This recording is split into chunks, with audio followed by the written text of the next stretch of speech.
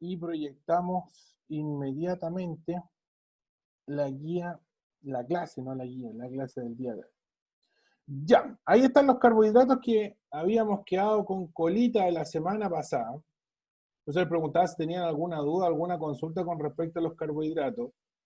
Entender y tratar de justificar esencialmente la presencia de los carbohidratos en la dieta, porque son la principal fuente de energía de todos los seres vivos. Recordemos que los carbohidratos sirven, y ahí los tenemos, como principal fuente de energía y más que una reserva energética es de consumo energético inmediato, o sea, todas las formas de vida, ya sean bacterias, ya sean eucariontes animales y eucariontes vegetales, van a consumir glucosa, que es uno de los carbohidratos más reconocidos o más comunes, ¿ya?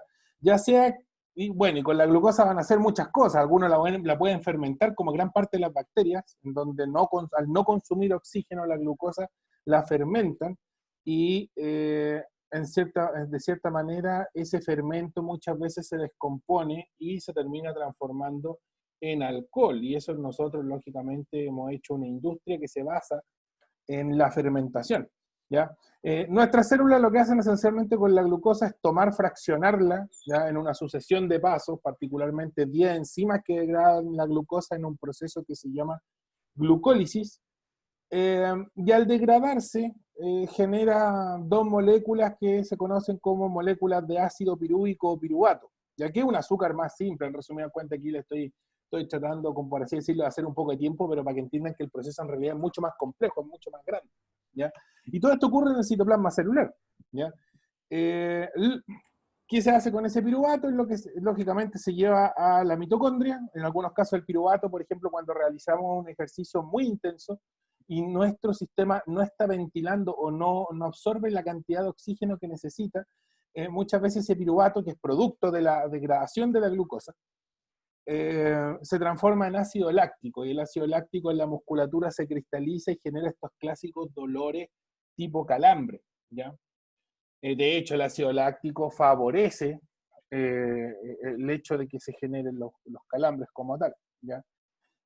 Por lo tanto, nosotros también fermentamos, pero no fermentamos, no hacemos un proceso de fermentación alcohólica, sino que el proceso nuestro se llama fermentación láctica, ¿ya? Los vegetales no fermentan lácticamente, es muy difícil que puedan hacer fermentación láctica porque no tienen musculatura para poder hacerlo, ¿ya? En ese caso son los animales, y todos los animales van a fermentar lácticamente y por lo tanto todos podrían, por así decirlo, sufrir calambres. Imagínense un bichito con calambres, ya es más difícil poder verlo, pero posiblemente sí pueda ocurrir, ya en un caso hipotético y o experimental.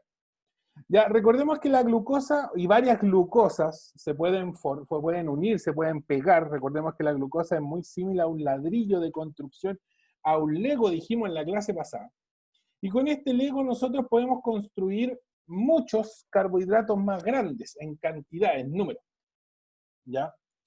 Y ahí tenemos los disacarios, los oligosacarios, los polisacarios, ¿ya? Ahora, todos estos carbohidratos, todas estas glucosas, todos estos monosacarios se pueden pegar para formar esos que yo nombré recién, a través de un enlace que se llama enlace glucosídico, que es un enlace característico que tienen los carbohidratos. A ver si se acordaban más o menos de lo que habíamos visto en la clase pasada, ¿ya? Y este enlace glucosídico, recuerden que estas estructuras así tan complejas a nosotros en biología no nos interesan tanto, quizás en química les interesa un poquito más donde se justifica el hecho, pero a nosotros esencialmente esto nos sirve para poder entender el por qué se genera energía con un carbohidrato, pues aparte de eso nada más, ya no es para aprenderse de memoria una estructura orgánica, ya nosotros vamos a tratar de darle uso a eso, más que estar recordándolo innecesaria o necesariamente, ahí depende, ¿ya? Y dijimos también, antes de pasar a los lipios, ¿dónde está? Se me fue la diapositiva. Muy atrás. Ahí teníamos distintos monosacáridos que se pegan, ahí está, a través del proceso de condensación, ¿ya? Recordemos que la condensación entonces es la que pega los monosacáridos para formar estas macromoléculas, ya sean disacáridos, porque los disacáridos son macromoléculas, porque tienen más de una glucosa o más de un monómero o monosacárido en su estructura. El oligosacario lo mismo, y el polisacario tiene muchos más, casi incontables. Y cada vez que se peguen estos monosacáridos, se va a liberar una molécula de agua que es los que se logra visualizar ahí, O sea, si yo quiero romper esto, forzosamente, tengo que agregarle lo que quité para que vuelva a ser lo que era antiguamente, por así decirlo. Por lo tanto, esta flecha de cierta forma es reversible. Puede ir en este sentido para pegarlos a través de condensación y pueden separarse a través del proceso inverso a la condensación, que se llama hidrólisis y que lo vimos en la primera clase, ¿ya? Esencialmente ahí tenemos disacáridos, ya que están formadas por varias unidades de carbohidratos, de varios monosacáridos en su estructura. Por ejemplo, 2 glucosas juntas pueden formar la maltosa, un azúcar muy común y de origen vegetal. La glucosa y la fructosa juntas, ahí podemos ver esta misma figura que está aquí, va a formar la sacarosa, que es la clásica azúcar de mesa, ya para el que no le gusta echarle stevia al té o al café, y le gusta usar azúcar, ahí está la sacarosa. La glucosa y la galactosa forman la lactosa, que es el azúcar de la leche, a los cuales muchos suelen ser intolerantes. ¿Ya? Y también recordemos que la intolerancia a la lactosa se debe esencialmente a que nuestro sistema no es capaz de generar o hacer la hidrólisis para poder separar estas dos unidades, ¿ya? Y la enzima que debería favorecer ese proceso en nuestro organismo ya, o esa persona no es capaz de fabricarla, o la tiene en una muy baja cantidad, entonces por eso es que le genera esta intolerancia, ¿ya? Se debe esencialmente a la incapacidad de sintetizar dicha enzima. Ya. Esto vimos en la clase pasada, vimos ejemplos de polisacáridos. Miren la cantidad de glucosas que tiene un polisacárido, una enorme cantidad. Los más comunes son el almidón, el glucógeno, que tienen la misma función, y aquí se ve que tienen la misma función, son funciones de reserva energética, ¿ya? El enlace si es alfa o si es beta da lo mismo, ¿eh? Es una estructura más bioquímica, indica la orientación del enlace, ya si es hacia arriba o si es hacia abajo cuando se forma el enlace por condensación. Pero no es una clase bioquímica. En bioquímica quizá ahí se pueden, si es que tienen alguna vez bioquímica en la universidad, se van a dar cuenta que la importancia de un enlace alfa, un enlace beta, indica esencialmente rigidez en la estructura. Pero aparte de eso, nada más, ¿ya? El almidón y el glucógeno entonces cumplen la misma función, tienen una cantidad de monómeros relativamente similar y si se dan cuenta es el mismo, pero el origen es la diferencia. Recordemos que el almidón es exclusivo de las células vegetales y el glucógeno es exclusivo de las células animales, ¿ya? Lo mismo con la celulosa. La celulosa tiene una función estructural, la quitina, no confundir con queratina, que la queratina es una proteína, ¿ya? Y que la quitina aparece lógicamente como una estructura rígida, pero que aparece de forma exclusiva en los invertebrados. En algunos hongos puede aparecer también, que son hongos un poco más evolucionados, son más grandes y que son más rígidos. Y ahí está la clásica Amanita muscaria, por ejemplo, que también tiene quitina en su estructura, que es como el paraguas que tiene el hongo, que es de color rojo, ¿ya? Y la celulosa también tiene una función estructural y esta sí aparece en todas las células vegetales y en la clásica pared rígida que tienen los vegetales, ¿ya? Esto vimos en la clase pasada. No se olviden, ¿ya?, de los carbohidratos. Hay mucho, para los que están repasando, por ejemplo, para los que están invitados, de carbohidratos esencialmente les van a, es como un conocimiento general, pero para los que vayan a dar la prueba en enero, de carbohidratos puede ir una pregunta, una sola, pero siempre puede ir, ya particularmente porque el carbohidrato es partícipe o es producto final de la fotosíntesis, o es necesario para la respiración celular, etc. ¿Ya? Vamos avanzando entonces, nos quedamos en los lípidos, y esto es lo que me interesa. Creo que algo habíamos hablado de lípidos, así que vamos a retomarlo un poquito para que no se olviden, esencialmente. Los lípidos y los carbohidratos son muy similares, pero aparecen ciertas estructuras propias de los lípidos y que lógicamente un carbohidrato no tiene porque es más sencillo en ese sentido. Ya son similares, pero no tanto. Los lípidos son hidrófobos. ¿Qué quiere decir esto? Que no se disuelven en agua, ya, a diferencia de los carbohidratos menores, por así decirlo, y ustedes lo pueden comprobar hasta el punto de saturación del agua. O sea, ustedes tienen un vaso con agua, le echan una cucharada de azúcar, la revuelven y posiblemente se disuelva, ¿ya? Si le echan otra y se le echan dos más, posiblemente todavía no vean que el azúcar decante o saconche, como se conoce vulgarmente. Ahora, lógicamente, esa es la capacidad que tiene el agua de ser un solvente, o por así decirlo, un solvente entre comillas universal. Eh, pero llega un punto en que se satura, ¿ya? No así cuando lo hacen con sal, porque hay una ruptura de un enlace que es el enlace característico de la sal, ¿ya? O sea, pueden echar posiblemente 10 cucharadas de sal y lo más seguro es que se disuelve en un vaso. Ustedes echan, lógicamente, en un vaso de unos 300 centímetros cúbicos 10 cucharadas de azúcar, les doy firmado que les va a quedar un concho al final, ¿ya? Y eso se debe esencialmente en que el agua se saturó de azúcar y no puede ocultar el cristal del azúcar, ¿ya? O de la sacarosa. El caso del lípido pueden agregar las gotas de aceite que quieran y no jamás se va a disolver. Y si son capaces de disolverlo, posiblemente se ganen un Nobel, porque el lípido, por polaridad, por capacidad química, es imposible que se disuelva en el agua o en solventes polares, ¿ya? Los solventes polares son aquellos solventes que forman polos, ¿ya? Y que son capaces de tomar una molécula y separarla y generar cargas eléctricas, ¿ya? Como por ejemplo los ácidos, el ácido clorhídrico puede hacer eso, el ácido sulfúrico puede hacer eso, y de hecho antiguamente el ácido nítrico también se ocupaban como mediadores en las baterías de los vehículos y de algunos motores o motores de fábrica, ¿ya? De hecho el ácido nítrico todavía se utiliza, el amoníaco también. El agua yo le echo sal y se transforma misteriosamente en un conductor eléctrico, ¿ya?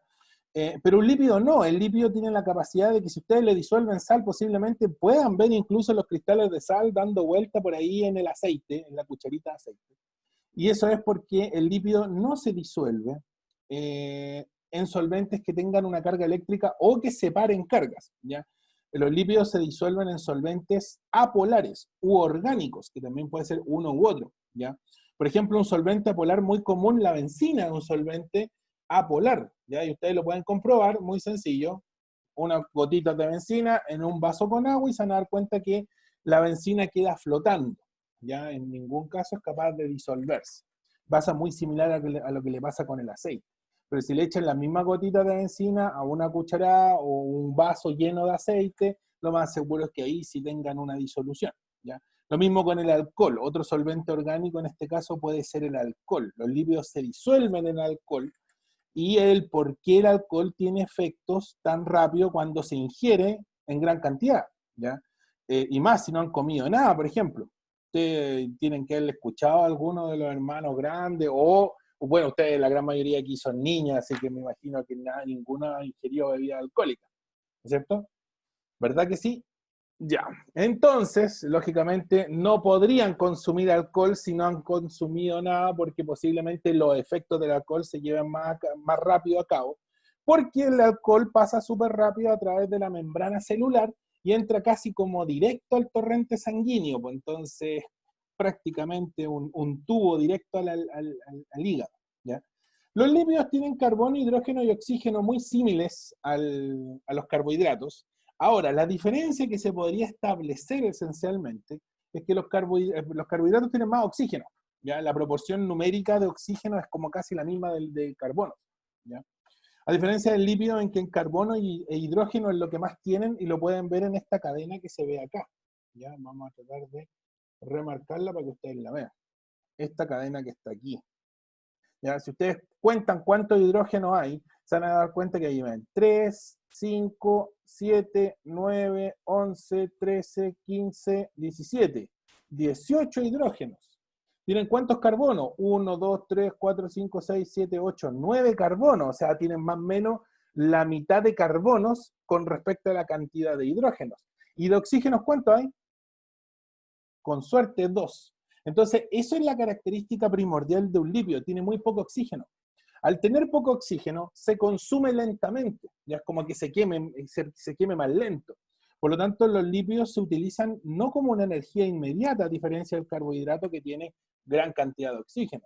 El lípido lo que hace esencialmente es funcionar como una reserva, ¿ya? Una reserva de energía, porque sí, se pueden quemar por la acción, unas ciertas acciones enzimáticas en los organismos animales, particularmente las aves y los mamíferos, que son los que pueden guardar mayor cantidad de lípido. Los reptiles, muy poco los lípidos, casi nula la cantidad de lípidos que poseen. Lo mismo los anfibios, incluso los peces. De hecho, los peces tienen unos lípidos bien particulares que posiblemente otro vertebrado no tenga, ¿ya? Y lógicamente los mamíferos somos quienes más aprovechamos esa capacidad de guardar, y lógicamente si nos mandamos un patacón de algo, pues empecemos a guardar en este como rollito que todos tenemos, ¿no es cierto? Unos tenemos el rollito más grande, otros lo tendrán más chiquitito, y esencialmente es porque estos lípidos se guardan en unas células bien particulares que se llaman adipocitos, ¿ya? Y el adipocito es el encargado de formar los lípidos en los mamíferos, ¿ya? Ahí hay que hacer una pequeña diferencia. ¿Por qué? Porque los lípidos pues, están construidos por ácidos grasos, y ahí se lo vamos a dejar marcado. El tema es que hay dos tipos de ácidos grasos, y creo que eso lo vimos en la clase pasada. Existen los ácidos grasos de origen animal, ¿ya? Que se queman súper rápido, que si ustedes cocinan con ellos posiblemente se adhieren a la comida, como la manteca, por ejemplo, que son sólidos a temperatura ambiente, y otros que son de origen vegetal, ¿ya? Y ahí tenemos la figura acá de los aceites, ahí están, que ellos son de origen vegetal y como que se contraponen un poco a la definición de los ácidos grasos de origen animal, ¿ya? Los vegetales son líquidos a temperatura ambiente, son más prácticos para poder cocinar con ellos porque tienen una resistencia a la temperatura, ¿ya? Mayor que la que tienen los ácidos grasos de origen animal. Y lógicamente no se adhieren a la comida, por lo tanto yo puedo cocinar con ellos, la comida en cierta forma son un transportador de la temperatura o de la energía para poder cocinar la comida, y se adhieren prácticamente muy poco al alimento al que estamos cociendo con él. Ya por eso se recomienda más cocinar con aceites que con manteca. Ahora, lógicamente, la manteca es más sabrosa en ese sentido. El pan con manteca, por ejemplo, del sur es exquisito en comparación al típico de sabría marraqueta que se cocina acá, ¿ya?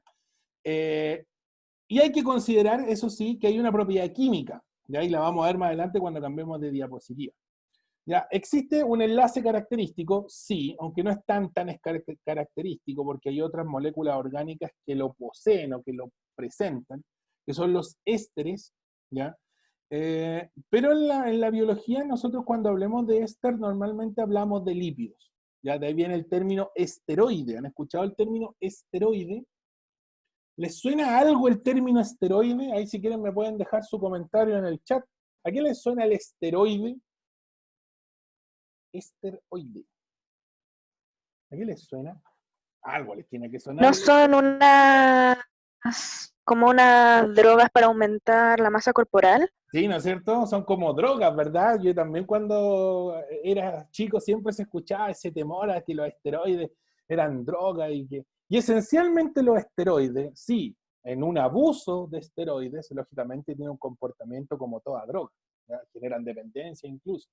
Y la ocupan gran parte de los deportistas para aumentar su masa muscular, y los deportistas en general, ya sean hombres o mujeres, ¿eh? Porque eso es, en cierta forma, tratar de acelerar el proceso normal de crecimiento de la musculatura. ¿Y por qué ocurre esencialmente? Todos formamos esteroides, ¿ya? Nosotros los varones tenemos un esteroide que nos regula prácticamente nuestra masa muscular y nuestros ciclos sexuales, que es más parejo que el de la mujer, que es la testosterona. ¿Ya? La testosterona es un esteroide. Entonces lo que hacen estas personas, particularmente los varones que quieren aumentar su masa muscular y que ahí es un verdadero oso, verdaderos roperos de músculo, es inyectarse testosterona, ¿ya? Para acelerar el proceso de crecimiento muscular, ¿ya? En el caso de las mujeres, los esteroides más comunes son los estrógenos, porque los estrógenos son un conjunto de 3 hormonas, ¿ya?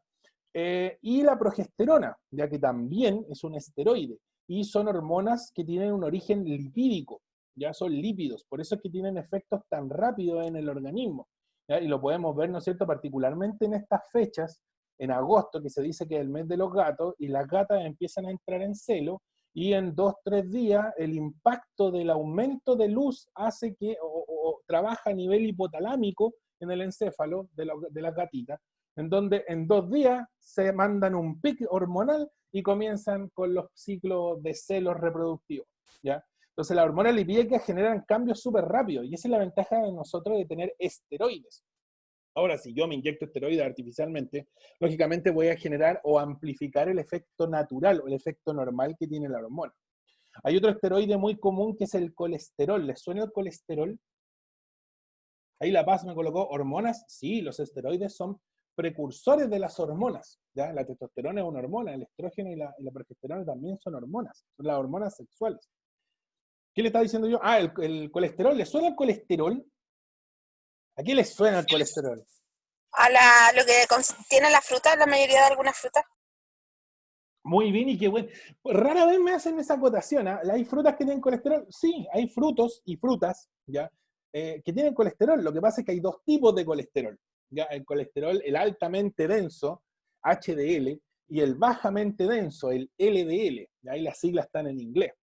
Ahora, lógicamente, el colesterol bueno es el HDL, y esto favorece y hace que la musculatura y las paredes arteriales y las venas, la sangre pueda fluir más rápidamente, ¿ya? Incluso como que evita la oxidación, es como un aislante en cierta forma el colesterol, y es muy bueno, también entrega rigidez a las células, ¿ya? Por lo tanto, la célula animal tiene su forma gracias al colesterol en cierta manera, a diferencia de el colesterol malo, el LDL, que es un colesterol más denso, perdón, bajamente denso, que es más espeso en cierta forma, y que al consumirlo se trata de colocar o de ubicar en las membranas plasmáticas de la célula, y lógicamente lo hace con cierta efectividad, pero la rigidez que genera es mucho mayor en lugares en donde yo no necesito rigidez.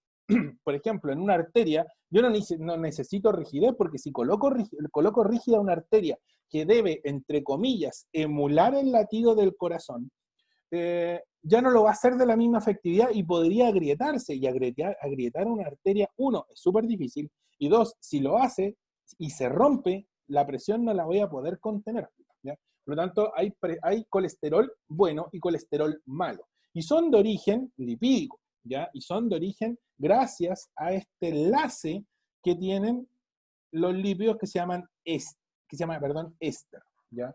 Por ahí viene el término, vuelvo a repetir, esteroide, es un pseudoéster, eso es lo que me está indicando el término esteroide.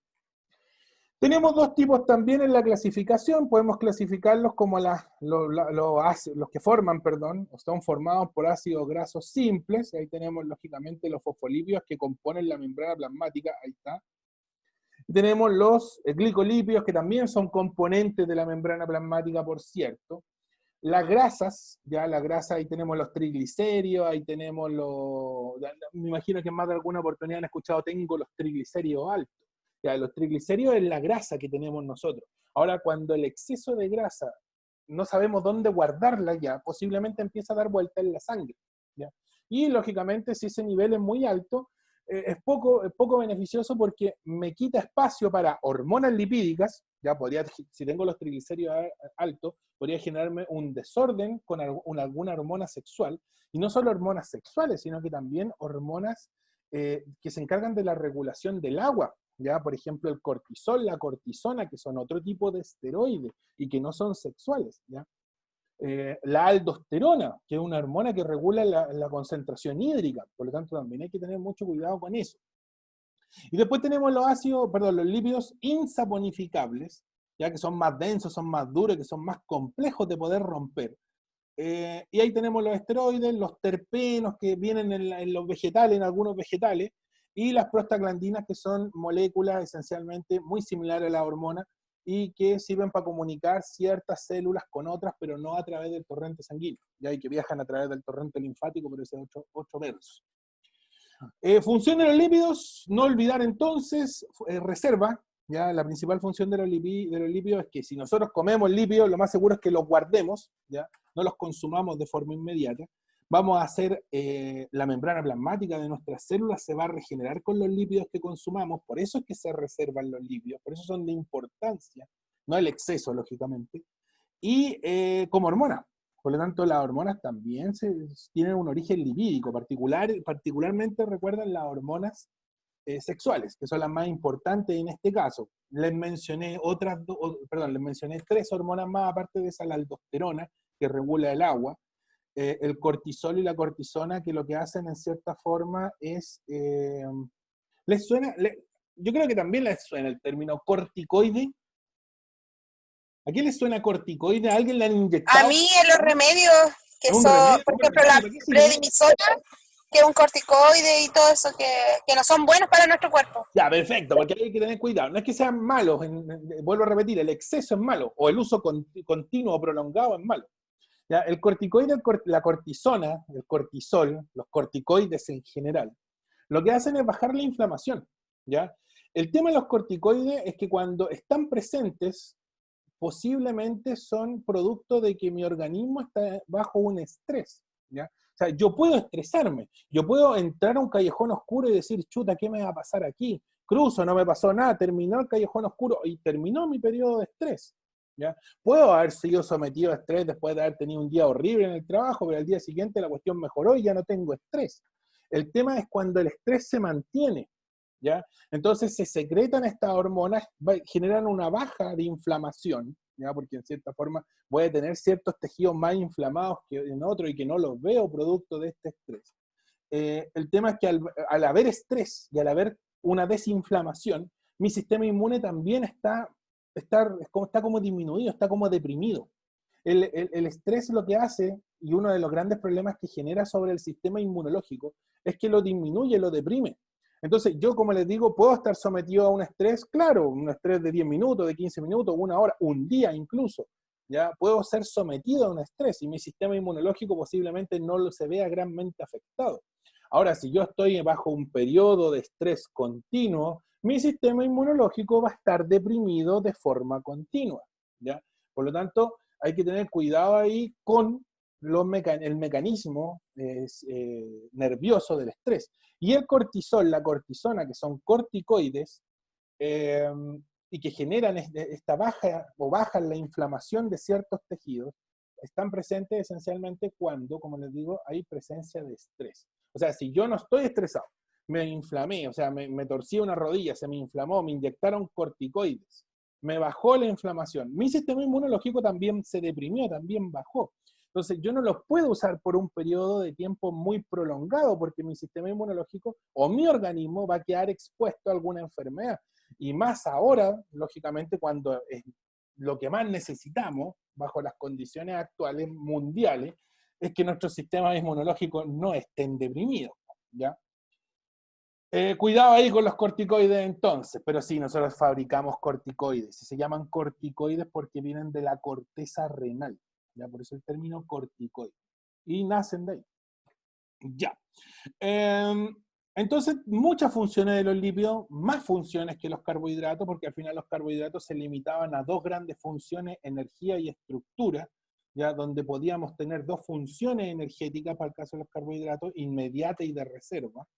Pero aquí no, pues aquí tenemos energía, tenemos función estructural, aislante para los mamíferos, ojo ahí, los lípidos funcionan como aislantes porque recordemos las ballenas, las focas, los osos polares, tienen los pingüinos también, para que se den cuenta que las aves también pueden caer y formar lípidos, caer dentro de estos grupos que forman lípidos, y forman verdaderas chaquetas protectoras de grasa para poder ser y aislarse, perdón, del medio ambiente, aislarse del frío ambiental. ¿Ya? Vamos a ver ciertas cositas específicas con respecto a los lípidos. Voy a salir de aquí. Ahí sí. Ya, vamos avanzando. Ahí tenemos los ácidos grasos. Tenemos, como les decía o les expliqué, dos tipos de ácidos grasos y algo vimos en la clase pasada con respecto a los ácidos grasos, por eso ando un poco más rápido ahora. Dijimos que hay ácidos grasos de origen animal o ácidos grasos saturados, ¿ya? Si se dan cuenta, la cadena se define desde este carbono de aquí hacia abajo, no considerar la cabecita porque es en cierta forma la esencia del lípido, ¿ya? Este es un ácido orgánico porque tiene el grupo COOH, pero la H se perdió. Y esto lógicamente es una cadena que no tiene doble enlace. ¿Por qué les digo eso? ¿Por qué no pesquen la cabeza? Porque en la cabeza sí hay un doble enlace, pero es parte del grupo orgánico, por lo tanto no se incluye, no se define, ¿ya? Por lo tanto, si no tienen doble enlace, en la colita, por así decirlo, son ácidos grasos saturados. Por ejemplo, la manteca, los de origen animal, ¿ya? Por lo tanto, si yo los someto a temperatura, lo más seguro es que 50, 60 grados, esto se empieza a romper, a descomponer, y prácticamente la grasa se pegue al alimento que yo estoy cocinando con él, ¿ya? A diferencia de los ácidos grasos insaturados, que son de origen vegetal, que son líquidos, y que tienen estos dobles enlaces. Pueden tener uno, pueden tener dos, pueden tener tres o más, ¿ya? De hecho, el aceite es de mejor calidad, como por ejemplo el aceite de oliva o el aceite de maravilla, que tienen 2 o 3 cadenas y tienen 2 o 3 quiebres, como que el lípido se va torciendo, se va quebrando. Y eso lo hace muy resistente a la temperatura. Entonces yo lo puedo tener sometida a temperaturas de cocción de 300, de 350 grados, 400 grados, por un tiempo muy prolongado. En español, puedo estar friendo con ellos por mucho rato, y posiblemente no se adhiera a la comida. Lógicamente, si estoy friendo con él 2 días enteros con el mismo aceite, sí, pues ya se rompió porque el doble enlace no va a aguantar, ¿ya? Pero normalmente uno el aceite lo ocupa a reventar 2 veces, no más que eso. Y lógicamente no se ha saturado, no se ha transformado en saturado, ya que sería cuando ha roto sus cadenas y vuelva a tener un solo enlace, ¿ya? Ácido graso entonces de origen animal, las saturadas, grasas saturadas. ¿Por qué son saturadas? Porque tienen solo un enlace, saturan la comida rápidamente. Y las grasas insaturadas pueden tener uno o varios dobles enlaces, y eso favorece el mantenerse bajo ciertas temperaturas elevadas, ¿ya? Preguntas con esta parte de los lípidos, porque de aquí en adelante ya voy a avanzar un poco más rápido para ver ciertos lípidos específicos. Preguntas con los ácidos grasos. ¿No? ¿Ninguna? Recuerden que si voy muy rápido, pisen el freno de esta máquina, porque si no, yo me puedo ponerme a hablar y no me va a detener nadie, ¿ya? Así que si algún término no se entiende, algo que necesitan repetirlo, yo no tengo ni un problema. ¿Quién me habló? ¿No? ¿Nadie? ¿Alguien se le prendió el micrófono misteriosamente? Ya, vamos a avanzar entonces. Vamos con la siguiente.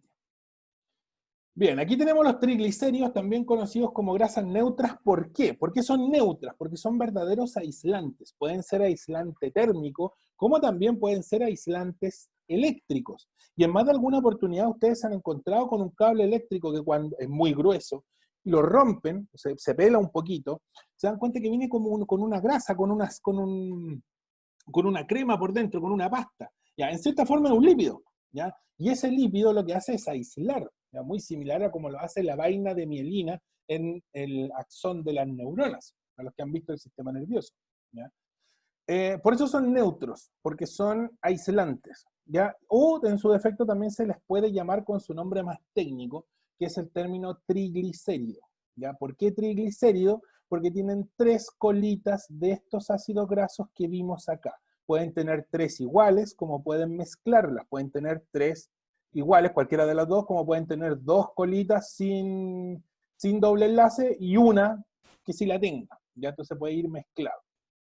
Ahí depende esencialmente del origen, ¿ya? Por ejemplo, nosotros tenemos la tendencia a hacer triglicéridos con cadenas de animales, porque tenemos un origen animal. O sea, tenemos la tendencia a formar puros ácidos grasos saturados, ¿ya? Y un glicerol, que es un alcohol muy sencillo y que yo creo que todo aquel que ha tomado un remedio homeopático y le han dado unas gotitas en suspensión y se ha tomado unas gotitas y como que tiene un leve sabor a alcohol, ya, es porque está disuelto en este alcohol muy sencillo con el que necesitaría litros para poder así decirlo, para poder curarse, porque se degrada súper rápido, que es el glicerol. El glicerol es más que nada un transportador, por eso es que vienen estas gotitas homeopáticas, ¿ya? Entonces, yo puedo tomar estos ácidos grasos y el glicerol aguanta hasta 3, ¿ya? Yo podría tener un monoglicérido si el glicerol tuviera un solo ácido graso. Si tuviera 2 ácidos grasos se llamaría diglicérido. Y el máximo que puede contener son 3, y de ahí viene el término que se llama triglicérido, ¿ya? Nosotros los animales tenemos la tendencia a formar siempre de 3 porque es más óptimo. Claro, estoy guardando más lípidos a la capacidad total que tiene el glicerol. Y ahí no se olviden que los triglicéridos componen en cierta forma el tejido adiposo de los animales, de todos los mamíferos, porque todos los mamíferos tenemos triglicéridos. Incluso el caballo, ¿ya? O los animales que son más fibrosos, todos vamos a formar grasa de una u otra forma. Y las aves, ¿ya? Las aves puede que tengan menos, porque tienen un origen más similar a los reptiles, pero sí, también van a tener un tejido adiposo bien particular. Particularmente lo tienen o debajo en el cuello, en lo que se conoce como el buche, o en la colita, en la parte de atrás de la cola, ¿ya? que hay algunas aves que la utilizan la cola, ya sé, particularmente las que vuelan, para poder mantenerse, ¿ya?, en el aire. Y como por ejemplo otras que no la ocupan, como la gallina, en donde si se dan cuenta las plumas que tiene la gallina son prácticamente de bonito en la cola. Pero si ustedes le tocan la cola a la gallina, se dan cuenta que es un poco más blanda, ¿ya? Esencialmente porque está llena de grasa, de triglicéridos, ¿ya? Y son aislantes térmicos, pues, ¿ya? Y no solamente los aíslan del frío, sino que son sus reservas para aquellos momentos en donde no hay tanta disponibilidad de alimentos, ¿ya? Vamos avanzando, y estos son los que más me interesan a mí, los fosfolípidos. Este es un lípido bien particular porque es un lípido modificado, por así decirlo, que tiene un grupo fosfato, y este, cuidado acá, es el único lípido que podría disolverse en agua, ¿ya? Pero no lo hace por completo. Por eso aquí aparece que el fosfolípido tiene una cabeza polar hidrofílica. Hidrofílica quiere decir que es afín al agua, que podría disolverse en agua, y dos colitas que dicen colas apolares, ¿ya?, que no se disuelven en agua, y por eso aparece el término hidrofóbico, ¿ya? Hidrofílico, afín al agua; hidrofóbico, que lógicamente no se quiere ni ver con el agua, y no se va a disolver en ella, como todos los lípidos, salvo este. Eso quiere decir que si yo disuelvo un fosfolípido en el agua, la parte inicial, la cabecita, sí se va a sumergir en el agua y posiblemente consiga quedarse ahí, ¿ya? A diferencia de que la cola, no, pues la cola forzosamente lo va a aislar y va a repeler el agua, ¿ya? Por eso los fosfolípidos son los componentes de la membrana plasmática por excelencia y forman esta estructura que se llama micela, ¿ya? Si se dan cuenta, todas las cabecitas dan hacia afuera porque las cabecitas se consiguen disolver en el agua, pero la parte hidrofóbica, la que no se disuelve en agua, queda en el centro y permite aislar lo que esté ahí adentro. Y esto es lo que se forma esencialmente con una célula, forma el famosísimo liposoma, en donde el medio externo está aislado y el medio interno también asegurado por estas dos capas de fosfolípidos, ¿ya? La bicapa fosfolipídica, que es característico entonces de una célula en general, porque bacterias, vegetales y animales tienen sí o sí membrana plasmática, y esa membrana siempre va a ser de fosfolípidos, siempre, sin excepción alguna, ¿ya? Por lo tanto, si ustedes les preguntan fosfolípidos, ¿forman la membrana de los vegetales y animales nomás? Falso. ¿Forman la membrana de las bacterias? Falso. ¿De los hongos? Sí, también, ¿ya? Por lo tanto, en ese caso, los fosfolípidos siempre están presentes como componente principal de la membrana plasmática. No se olviden de eso, ¿ya? Porque cuando veamos transporte, hay cosas que son capaces de pasar por el fosfolípido porque disuelven por completo la membrana, considerando esta polaridad a polaridad, y hay otras que lógicamente se van a repeler y van a tener que pasar por puertas específicas de la membrana que se van a abrir en ciertos momentos, ¿ya? O que van a estar siempre abiertas, como lo son los canales iónicos o son las proteínas de membrana, ¿ya? Preguntas con los fosfolípidos, por favor. ¿Alguna consulta, duda? ¿No? ¿Ninguna? Yo, ¿qué era hidrofólica? ¿Hidrofóbico? Fílica. Ah, hidrofílica. Hidrofílica quiere decir que es afín al agua, ¿ya? Que tolera el agua y que se puede disolver en agua, ¿ya? Que tiene afinidad con el agua, también podría ser esa la definición de hidrofílica. A diferencia de hidrofóbico, yo creo que más les suena el término fobia, ¿ya? Yo tengo una fobia, no sé, pues invéntense una fobia. Yo tengo fobia a la araña, por ejemplo, y no las puedo ver, ¿ya? Aquí es muy similar la definición. Hidrofóbico quiere decir que no se pueden ver con el agua, ¿ya? Así que aquel ahí, cuando quieran molestar a alguien porque no se baña, es hidrofóbico, por ejemplo. ¿Queda claro? ¿No? ¿Sí? Ya. Avancemos entonces.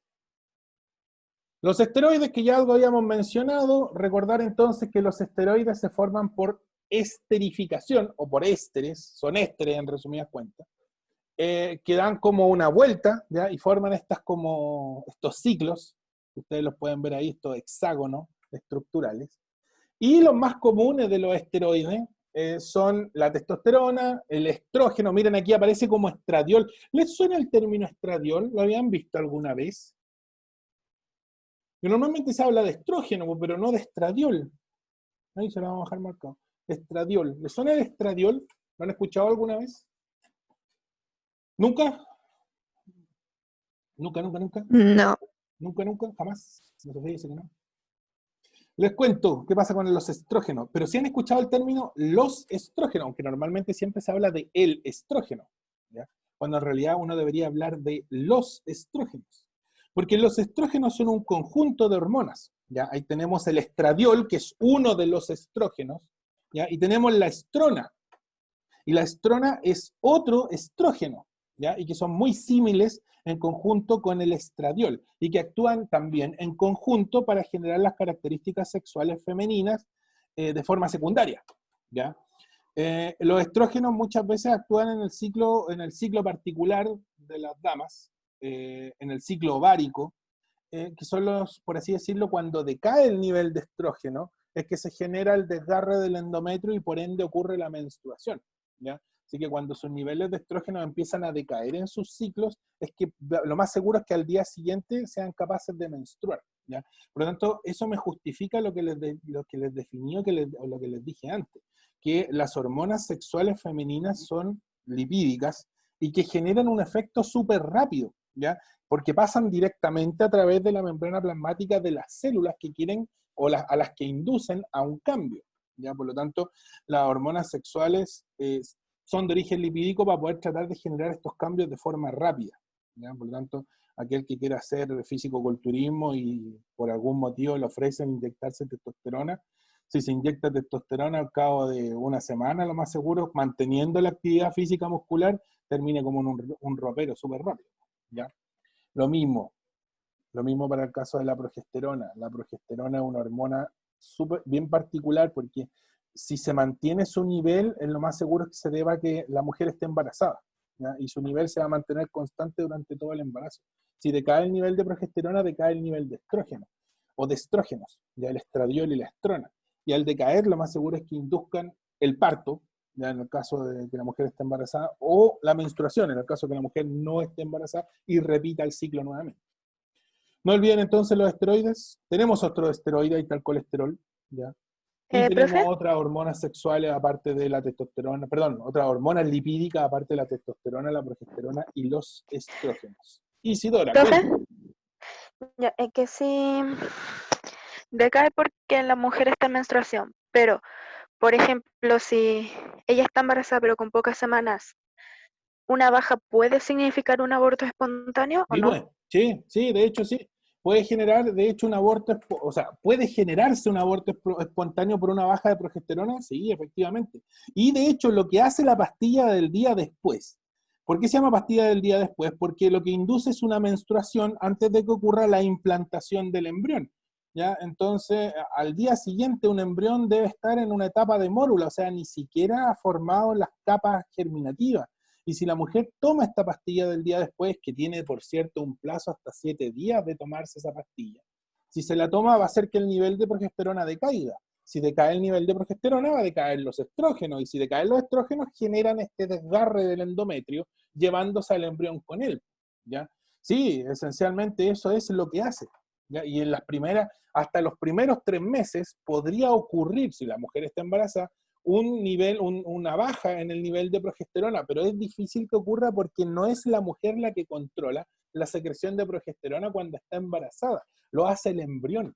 Entonces, el embrión y una estructura bien particular que se llama corión, secreta una hormona que se llama gonadotrofina coriónica. Y mientras esa hormona exista, el nivel de progesterona va a ser constante durante todo el embarazo. Entonces tendría que decaerse el corión o no formarse el corión para que esta hormona, que se llama gonadotrofina coriónica, no mantenga el nivel de progesterona y la progesterona empieza a decaer. Ahora, como es un anexo embrionario, lo más seguro es que lleve a un aborto si es que no se forma el corión, ¿ya? Porque el corión, la placenta, el cordón umbilical, el amnios, son esencialmente estructuras de apoyo a este nuevo embrión, ¿ya? A ver, la Dali me está diciendo que se le fue la señal. Vamos a mandar la clase y no. por el WhatsApp. No sé si queda claro la pregunta. Ahí sí. Sí, Ya, perfecto. Sí, de hecho, uno de los principales mecanismos de la pastilla, como les digo, del día después, lo que hace es tratar o hacer bajar el nivel de la progesterona. Ya. Ya. ¿Alguna pregunta? No. Avanzamos entonces a las más bonitas de todas. ¿Y por qué digo las más bonitas? Porque son las que cumplen un montón de funciones en el organismo. Tienen cientos de funciones que son las proteínas. Yo creo que todos han escuchado de las enzimas, más ahora se ha escuchado del sistema inmunológico, se han escuchado de las hormonas, de hecho ya hablamos de alguna hormona. Todas son en gran parte proteínas. ¿Ya? Por ejemplo, la insulina es una proteína que yo no la puedo consumir, ¿ya? Si yo me tomara pastillas de insulina, mi hígado lo degradaría por completo y no generaría el efecto de bajarme la glicemia. Y por eso es que la persona está obligada a inyectarse la insulina, ¿ya? Porque la proteína en sí es degradada por nuestro organismo, es degradada, perdón, por nuestro sistema digestivo y principalmente por nuestro hígado, ¿ya? Pero no todas las proteínas a veces son degradadas por los hígados. No sé si han escuchado los hongos venenosos. Ya, esos venenos son tan peligrosos, son venenos metabólicos muy complejos que nuestro hígado simplemente dice, a ver, vamos a tomar este veneno, vamos a tratar de desarmarlo. Pero es tan compleja su estructura que el hígado termina agotado y cae, lo más seguro es que la persona se muera por un choque hepático, ¿ya? Porque su hígado intentó degradar el veneno, pero al no poder hacerlo, se hizo pedazo el hígado, ¿ya? Para hacerlo más simple. Y otras señales químicas, los neurotransmisores, por ejemplo, el neurotransmisor de la felicidad, la serotonina, la adrenalina, la acetilcolina, que son neurotransmisores clásicos y que son parte del sistema nervioso, son proteínas, todos.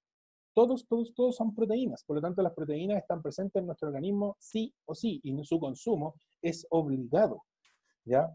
Las proteínas entonces están compuestas por, igual que los carbohidratos y los lípidos, carbono, hidrógeno y oxígeno, pero aquí aparecen el nitrógeno. Bueno, hay lípidos con nitrógeno, poquitos, pero hay lípidos con nitrógeno.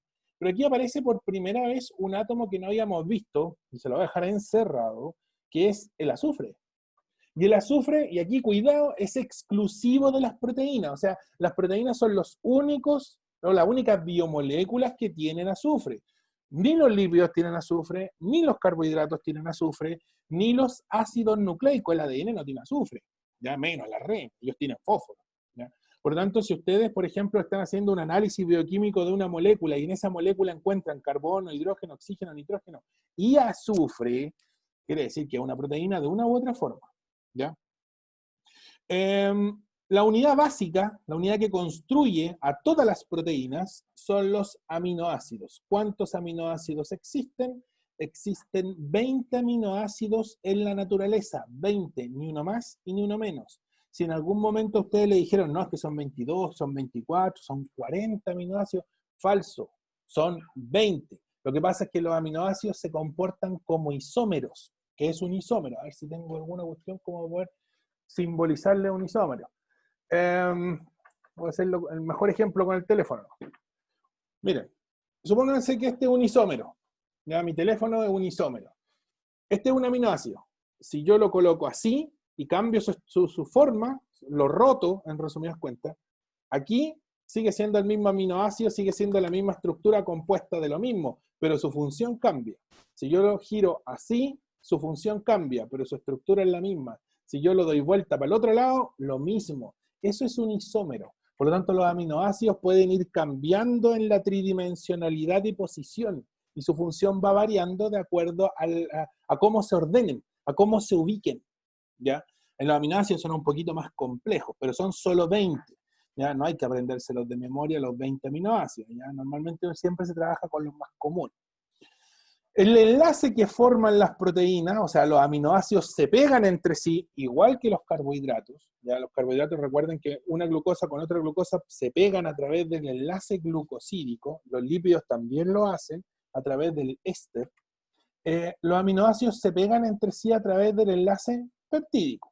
¿Ya? Este es un enlace propio, característico, solamente aparece en las proteínas, y lo vamos a ver después, ¿ya? Se forma por condensación, igual que el glucosídico, se puede separar por hidrólisis, sí, igual que el glucosídico, pero las cosas que se pegan o que pegan son diferentes, ¿ya? Los ladrillitos, los aminoácidos son diferentes a los carbohidratos. Tenemos muchos niveles de organización y estructura. Como les dije, los aminoácidos pueden ir rotándose en el espacio, se van rotando, perdón, en el espacio. Pueden ir girando en 360, en 180, en 270 grados, ¿ya? Para los que ahí les gusta jugar un poco más con el plano cartesiano. Es lo mismo igual si lo quieren considerar como las manecillas de un reloj, ¿ya? Como que van rotando alrededor del espacio. Y eso le va dando distintas estructuras, primaria, secundaria, terciaria y cuaternaria. Y esencialmente son grados de complejidad. La estructura primaria la tienen todas las proteínas. Si se complica mucho la primaria, forman la estructura secundaria, la terciaria y la cuaternaria. ¿Ya? Vuelvo a repetir, eso es nada más que un nivel de complejidad. Pero lo importante de las proteínas es que tienen una diversidad de funciones y sirven para muchas cosas, y eso es esencialmente con lo que tenemos que quedarnos, más que tratar de aprender los distintos tipos de estructuras que tiene una proteína, ¿ya? Vamos a avanzar para no complicarnos en demasía. Ahí está un aminoácido. Todos los aminoácidos, el nombre lo indica, se llama aminoácido porque tiene un grupo amino. De hecho vamos a tratar de marcarlo para que ustedes lo puedan denotar. Ahí está el grupo amino, ese es el grupo amino, NH2.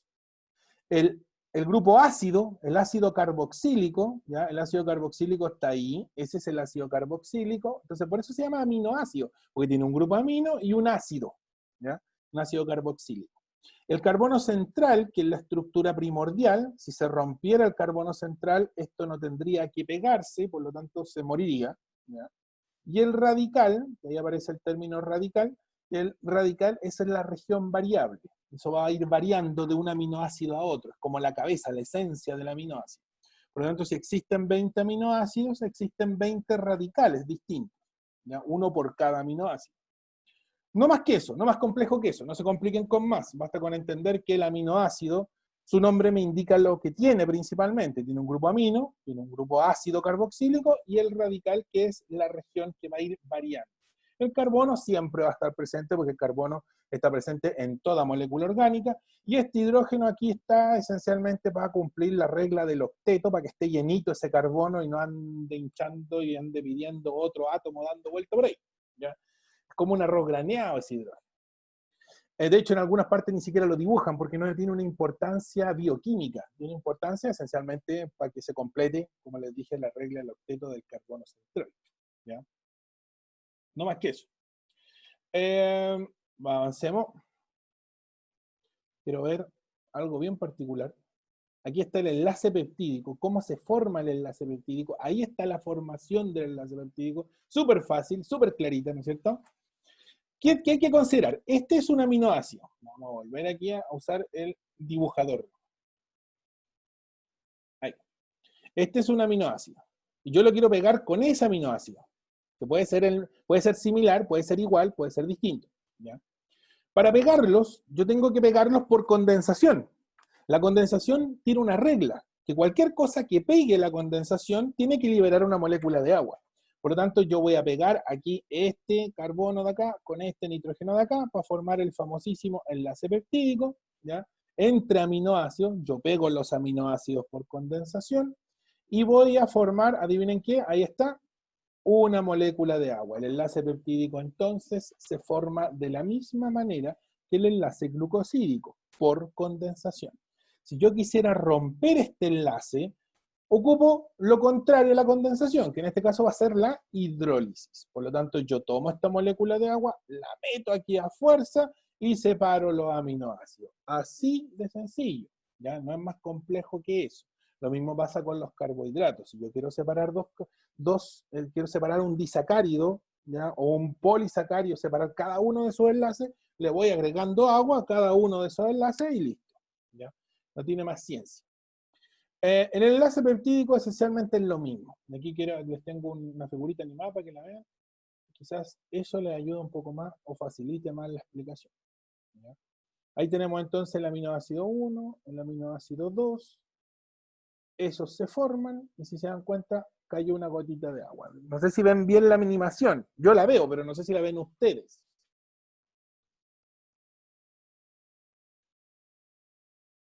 Y ahí se puede ver cómo se formó el enlace. Si se dan cuenta, fueron dos aminoácidos, son dos aminoácidos, perdón, distintos.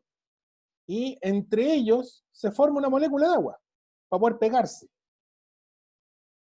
Y ahí se formó la molécula de agua. O sea, no es más complejo que eso, vuelvo a repetir, no tiene más ciencia, no se compliquen más tampoco. ¿Ya? Es innecesario querer buscarle una quinta pata al gato con respecto a ese contenido. ¿Ya? Avancemos, para no complicarnos tanto. Niveles de organización. Ya, miren. Miren esta cadena, que tiene un aminoácido. Cada pelotita es un aminoácido. Un aminoácido pegado con otro aminoácido a través de un enlace peptídico. Si yo lo quiero pegar con otro, formo un enlace peptídico y libero una molécula de agua. Acá arriba también tenía que liberar una molécula de agua. Y así por cada enlace que formaron. O sea, aquí se forma mucha agua. ¿Ya? Y si esto, yo necesito pegar más aminoácidos, y la célula queda corta de espacio y no sabe qué hacer con una tremenda línea de aminoácidos, empieza a torcerla. ¿Ya? Empieza como a ordenarla, a darle una forma, para tratar de meter más aminoácidos. Ya sea una célula bacteriana, una bacteria, un animal o un vegetal. Y esto empieza a torcerse y empieza a formar una hélice. ¿Ya? Esta hélice, si se dan cuenta, puede seguir torciéndose. Y aquí la pueden ver, la hélice dentro de otra estructura que tiene una forma de como pelotita. ¿Ya? Y estas pelotitas pueden pegarse unas con otras. ¿Ya? Esos son los niveles de organización proteico. Entonces yo puedo tener una línea, que es la estructura primaria. Esa estructura primaria puede torcerse, no todas se tuercen, pero la gran mayoría lo hace. Y cuando se tuercen, para pegar más aminoácidos, se forma la estructura secundaria.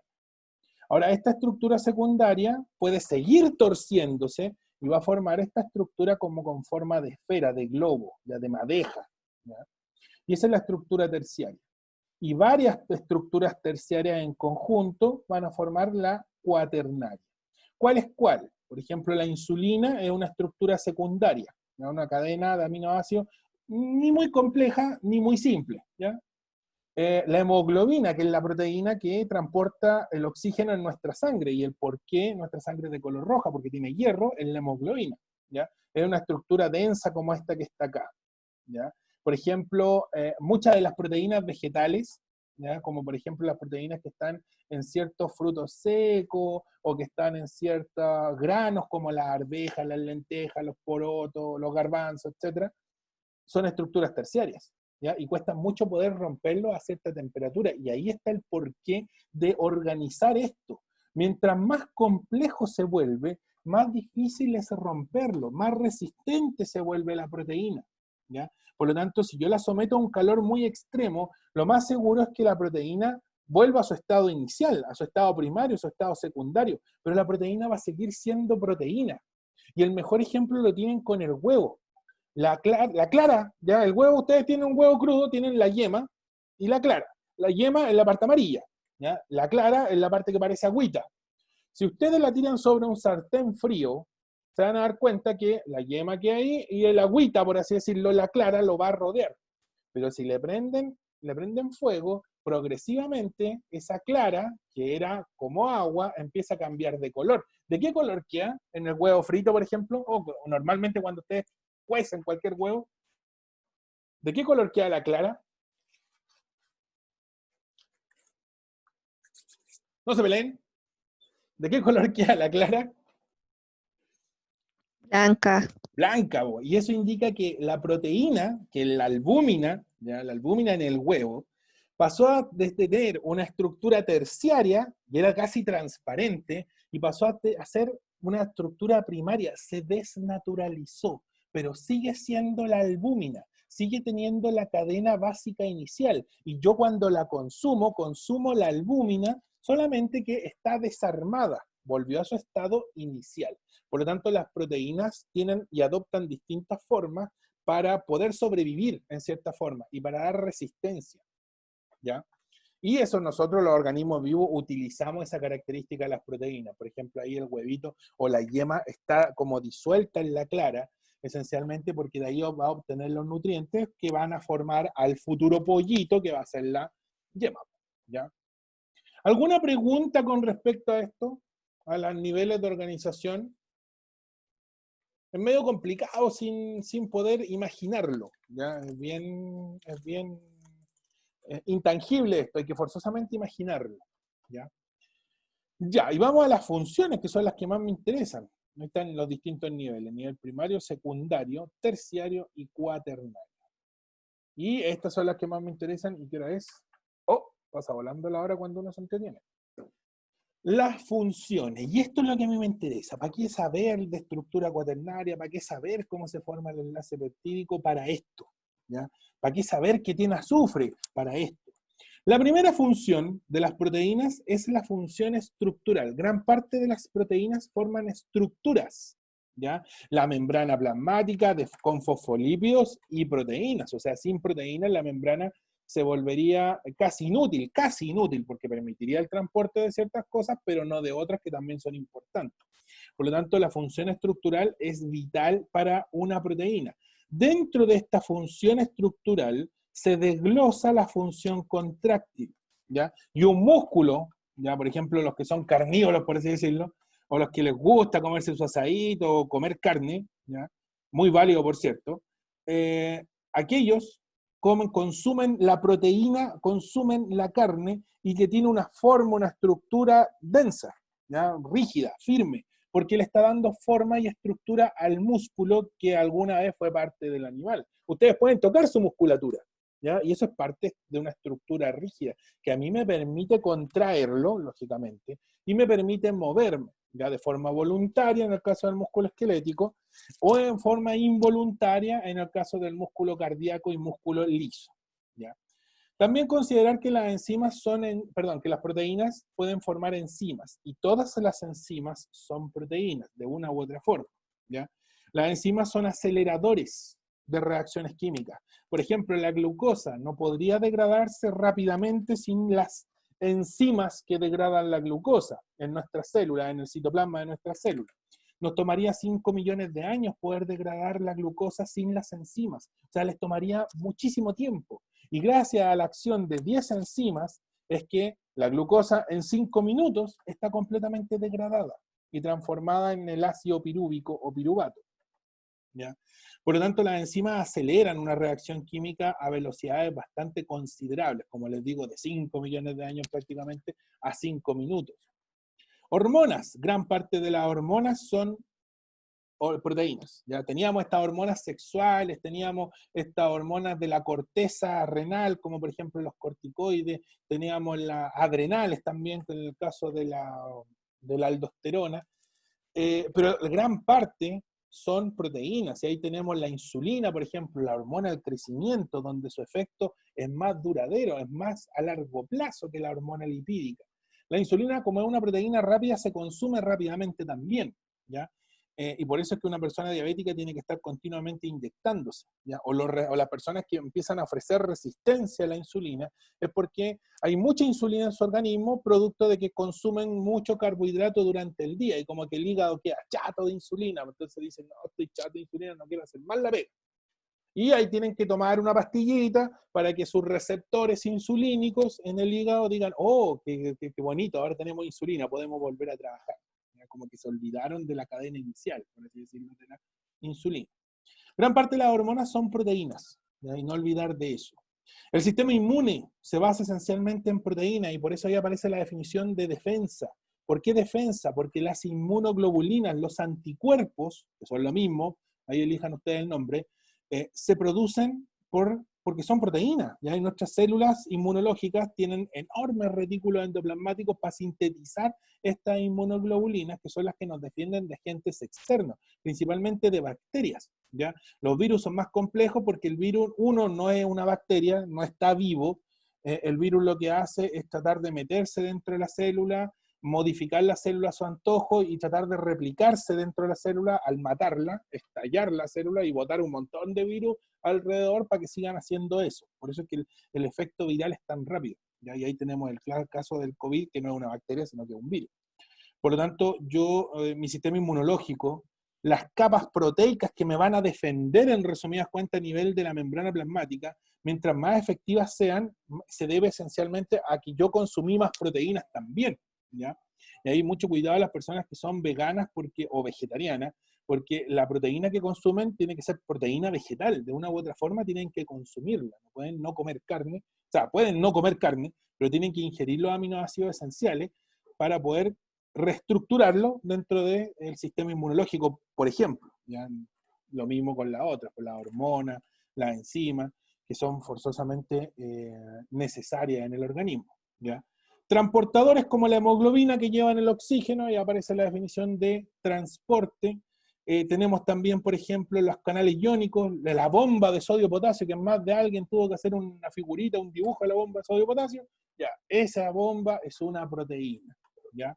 Contráctil, como les dije, ahí aparece la actina, miosina, que son parte y componente de la fibra muscular, que son como unos hilillos, uno más grueso que otro, y se acortan para poder favorecer la contracción. ¿Ya? Y aquí, cuidado. Todas estas, desde estructural hasta contráctil, son las principales funciones. Una proteína siempre va a hacer esto. Pero si el organismo cae en un estado de desnutrición, muy extremo, la función energética aparece. Y yo empiezo a romper las proteínas estructurales para tratar de mantener a mi organismo vivo. Por ejemplo, y este ejemplo va a ser súper cruel, discúlpenme, pero es para que lo entiendan, ¿ya? Cuando, no sé si ustedes han visto a estos niñitos que tienen, o que están en el África y que tienen unos estados de desnutrición súper avanzados, y se dan cuenta que son prácticamente cuero, hueso y una enorme panza que está llena de gases, ¿ya? La estructura muscular, ¿por qué está tan pegada al hueso? ¿Por qué parecieran esqueletos vivientes? Porque su organismo, para tratar de mantenerlos vivos, no sacrificó una enzima, porque la enzima es vital, tampoco sacrificó una hormona, tampoco sacrificó una inmunoglobulina, ¿ya? Porque son vitales, o sea, si no existen, ese organismo dejaría de funcionar.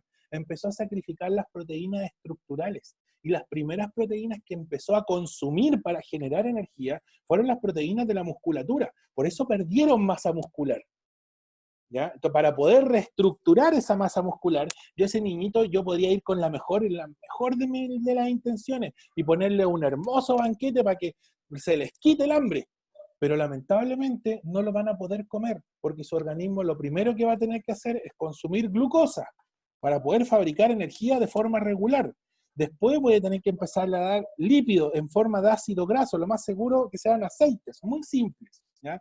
Y después de eso, les podré comenzar a dar proteínas, carne posiblemente, o proteína vegetal, granos, por ejemplo, ¿ya? Pero no le puedo llegar y dar comida a una persona que está en estado de desnutrición, porque su organismo, lo más seguro, que si come carne en ese estado de desnutrición, lo termina vomitando porque no la va a poder asimilar de la forma como la hacemos nosotros, que regularmente la estamos consumiendo, ¿ya? O consumiendo los alimentos de forma normal, porque su metabolismo cambió. ¿Y por qué cambió? Porque empezó a romper las estructuras musculares para generar energía, ¿ya? Por lo tanto, ¿las proteínas pueden generar energía? Sí, pero en casos muy extremos de inanición prácticamente. Y esa es una capacidad que tenemos todos los animales, por lo menos los vertebrados, de poder hacerlo. O sea, de pececitos hasta los mamíferos, ¿ya? ¿Queda clara las funciones proteicas, jóvenes y señoritas? Ninguna consulta, quedó todo súper claro, ¿sí? ¿Sí? ¿Sí? Ya. Para la próxima clase, vamos a dejar los ácidos nucleicos, porque ya me pasé 13 minutos, ¿ya? Entonces, la próxima clase vamos a partir aquí, y ahí vamos a pasar a la teoría celular. Ahí las chiquillas me están diciendo, Vicente, en La Paz, me están diciendo que quedó todo claro, ¿ya? Entonces, la próxima clase vamos a ver los ácidos nucleicos. Ya se me pasó volando la hora, ojalá, espero que a ustedes también se les haya pasado volando la hora, porque esta materia es bastante entretenida, porque es tangible, es fácilmente visible, por lo menos para los ejemplos, como por ejemplo les di el caso de las proteínas o el caso de los lípidos. ¿Ya? Recuerden, entonces, cuando estén haciendo la ensalada, que el aceite que están usando del caso de los lípidos es de origen vegetal, ¿ya? Y que por eso se conserva de forma líquida y no se hace sólido, a diferencia de la manteca, que se hace sólida porque es de origen animal, ¿ya? Y las proteínas, lógicamente, con todas sus funciones. Recuerden también las hormonas lipídicas, las hormonas sexuales, que son de vital importancia y que nos generan cambios súper rápidos, ¿ya?